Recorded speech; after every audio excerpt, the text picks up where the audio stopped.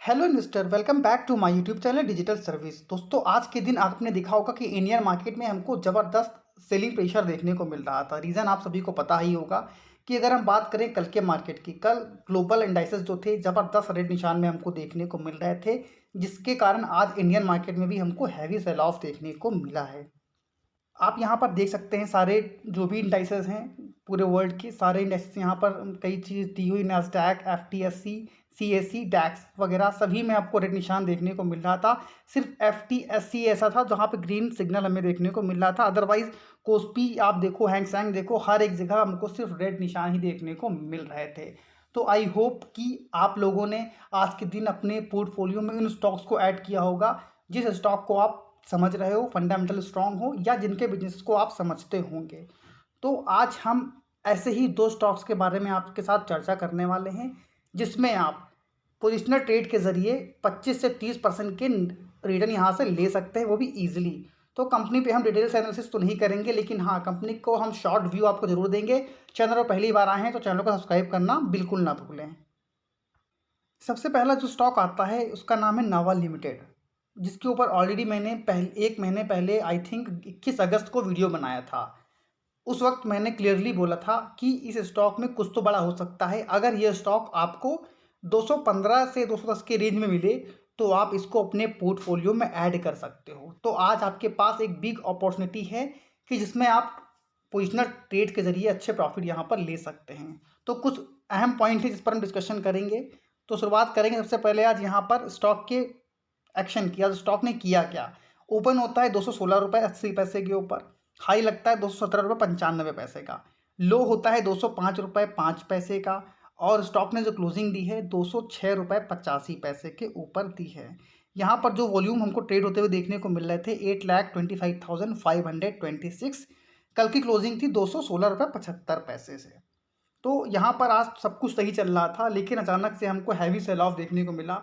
अगर आप स्टॉक के जो पॉजिटिव पॉइंट्स हैं जिस पर हम चर्चा कर रहे हैं, सबसे बड़ी बात क्या है कि स्टॉक का जो आप रेवेन्यू, एनुअल सेल्स ग्रोथ अगर देखें, इनका जो रेवेन्यू आ रहा था कंपनी का लास्ट 3 साल का डेटा अगर देखें तो मात्र 4.45% के CAGR से इन्होंने अपने रेवेन्यू को ग्रोथ किया था। लेकिन इस वर्ष इन्होंने 30.31% से रेवेन्यू में ग्रोथ दिखाई है, जो इस कंपनी के लिए काफ़ी ज़्यादा पॉजिटिव पॉइंट बनता है। अब यहाँ पर अगर हम इसकी बात एक और करें तो कुछ की मैट्रिक्स हैं इनके, जहाँ पर स्टॉक का प्राइस अर्निंग रेशियो है वो मात्र 3.89 का है। अर्निंग पर शेयर है 53.13। डिविडेंड अच्छा खासा कंपनी देती है 2.90% का, और price to book value ratio है 0.55। यानी कि इसकी जो इंट्रिंसिक वैल्यू है ये काफ़ी अट्रैक्टिव हमको दिखाई दे रही है। एक स्मॉल कैप कंपनी है जिसका मार्केट कैप 3001 करोड़ का है। हाई इसने जल्दी ही बनाया था 279 रुपये पर, और जो लो लगाया था 52 वीक हाई लो, वो 102 रुपये का था।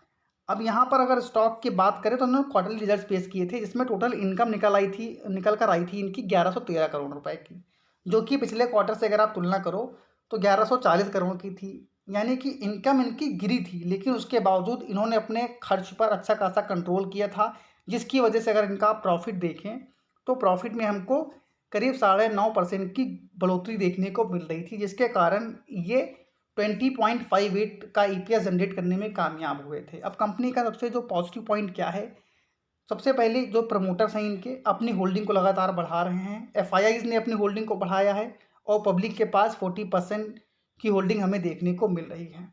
अब यहाँ पर इसका सबसे ज़्यादा पॉजिटिव पॉइंट क्या है कि 1972 से ये कंपनी मार्केट में काम कर रही है, जो मैन्युफैक्चरर करती है फेरो एलॉयज़, सिर्फ इंडिया में ही नहीं बल्कि साउथ ईस्ट एशिया, अफ्रीका में, जिसका बिजनेसेस है metals manufacturing, power, mining, agri businesses and health care sector.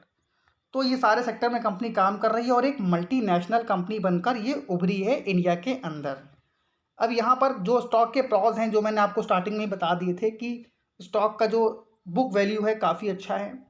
Company उम्मीद कर रही है क्वार्टरली रिजल्ट्स बेहतर से बेहतर हों। कंपनी का जो प्रॉफिट ग्रोथ है लास्ट 5 साल का डेटा जो है 63% के CAGR से ग्रोथ दिखाई है। डेप्टर डेज भी इनका इम्प्रूव्ड हुआ है, 179 से घटकर 117 का हो गया है। बहुत ही ज़्यादा पॉजिटिव है इस कंपनी के लिए। अब यहाँ पर इनकी जो सेल्स देखो आप अगर YoY बेसिस के ऊपर, तो लगातार इन्होंने अपनी सेल्स को बढ़ाया है। सबसे ज़्यादा महत्वपूर्ण पॉइंट जो एक पॉजिटिव है इस कंपनी के लिए कि मार्च 2021 में सेल्स रहा करती थी 2,548 करोड़ की, जो कि बढ़कर यहाँ पर 3,815 करोड़ की हो चुकी है। ऑपरेटिंग प्रॉफिट मार्जिन अगर आप देखो 42% का था, अभी भी 42% का मेंटेन कर रखा है। जहाँ पर कई सारी कंपनियाँ अमेरिका में जो यूएस का इन्फ्लेशन है बढ़ने के कारण अपने ऑपरेटिंग प्रॉफिट मार्जिन में भी प्रेशर झेल रही थी, लेकिन इस कंपनी ने इसको मेंटेन किया है, जिसकी वजह से मुझे ये स्टॉक काफ़ी ज़्यादा अट्रैक्टिव यहाँ पर लग रहा है। अगर आप इनके बात करो क्वार्टरली रिजल्ट्स की, मतलब माफ़ करिएगा नेट प्रॉफिट की, तो नेट प्रॉफिट इनका 874 करोड़ का है, जो कि पिछले साल 573 करोड़ का देखने को मिल रहा था। हर एक फैक्टर में कंपनी का आप प्रॉफिट ग्रोथ देख लो, सेल्स ग्रोथ देख लो, इस मामले में कंपनी ने काफ़ी अच्छा परफॉर्म किया है लास्ट 5 साल से डेटा उठाकर अगर आप देख रहे हैं तो। और यहाँ पर इनके पास रिजर्व भी अच्छे खासे देखने को मिल रहे हैं, 4,924 करोड़ के रिजर्व भी हैं, जो कि बहुत ज़्यादा अच्छी बात है कंपनी के लिए। प्रमोटर की बात मैं कर रहा था, जहाँ पर आप डिटेल्ड अगर इसकी analysis detailed share holding pattern देखें तो सितंबर 2019 में 45% की होल्डिंग रख रहे थे, जो कि यहाँ पर बढ़ाकर 49% की कर ली है। वहीं पर FIIs ने जहाँ पहले अपने जो भी शेयर्स हैं उसको बेचा, सेल ऑफ किया, फिर मार्च 2021 में इन्होंने अपनी होल्डिंग को 11% से घटाकर 2.25% का कर लिया। लेकिन उसके बाद इन्होंने हर एक क्वार्टर में अपनी होल्डिंग को बढ़ाया है और होल्डिंग को बढ़ाकर 9.40% का कर लिया है। वजह आप सभी को पता है कि कंपनी ने जो पास्ट जो इनका डेटा रहा है, जो भी रेवेन्यू सेल्स ग्रोथ आई है इस साल काफ़ी बेहतर नज़र आ रही है, जिसकी वजह से स्टॉक में अगर आप देखो तो यहाँ पर स्टॉक जो करंट प्राइस आपको बताया गया है 206 रुपये का, यानी यहाँ से स्टॉक 25 से 30% तक की रिटर्न आपको दे सकता है। यानी कि जो टारगेट आपको देखने को मिल सकते हैं इस स्टॉक के अंदर, जो इन्होंने अपना पास्ट परफॉर्मेंस किया है उसके अकॉर्डिंग 260 रुपये से 265 के टारगेट आपको यहाँ डेफिनेटली देखने को मिल सकते हैं। यहाँ पर आपको मेंशन कर दे रहा हूँ 260 रुपीज़ से लेकर 265 रुपीज़ तक के टारगेट आपको इस स्टॉक के अंदर इस साल देखने को मिल सकते हैं। तो ये बहुत ही बेहतर पिक हो सकती है। ज़रूर आप इसको सिर्फ एजुकेशनल पर्पज़ के लिए अपने वॉच लिस्ट में लगा कर रखें। कोई बाय रिकमेंडेशन नहीं है, क्योंकि कोई भी निवेश करने से पहले आपको खुद की रिसर्च अवश्य करनी है। खुद सीखेंगे तभी आप मार्केट में आगे बढ़ पाएंगे। जो अगला स्टॉक हमारा आता है वो आता है महानगर गैस लिमिटेड। अब इसकी बात करें तो ये भी एक बहुत वेल नोन नाम है, जिसको आप समझते हो कि यहाँ ये महानगर गैस लिमिटेड इंगेज्ड है in the business of city gas distribution, जो प्रेजेंटली सप्लाइंग इनकी है नेचुरल गैस मुंबई के अंदर है। और यहाँ पर कंपनी काफ़ी अच्छा काम भी करती हुई नज़र आ रही है। कंपनी के प्रॉस देखें तो ऑलमोस्ट डेप्ट फ्री है। कंपनी बेहतर रिजल्ट्स लाने की उम्मीद कर रही है। कंपनी का जो डिविडेंड है काफ़ी शानदार यहाँ पर देखने को मिल रहा है 40.5%, यानी कि एक रिटर्न के मामले में नहीं, आप किसी ऐसी कंपनी के बारे में किसी ऐसी कंपनी को अपने पोर्टफोलियो में ऐड करना चाह रहे हैं जहाँ पर आपको एक अच्छे डिविडेंड से अच्छे रिटर्न ले पाओ, तो ये स्टॉक आपके लिए काफ़ी अच्छा साबित हो सकता है डिविडेंड के मामले में। कंपनी के कुछ कॉन्स हैं जहाँ पर कंपनी की जो लास्ट 5 ईयर्स की जो सेल्स रही है इनकी पुअर रही है। मात्र 11.8% के CAGR से स्टॉक ने ग्रोथ दिखाई है। प्रमोटर होल्डिंग 32.5% की है और प्रमोटर ने अपनी होल्डिंग को पिछले 3 सालों में 10% से घटाया है। ये कुछ पॉजिटिव कुछ निगेटिव पॉइंट हैं कंपनी के लिए, लेकिन उसके बावजूद भी अगर यहाँ पर आप कंपनी की सेल्स देखें तो मार्च 2022 में 1087 करोड़ की सेल्स हुआ करती थी, जो कि जून 2022 में बहुत शानदार तरीके से बढ़ी है और 1455 करोड़ की सेल्स हमको देखने को मिल रही है।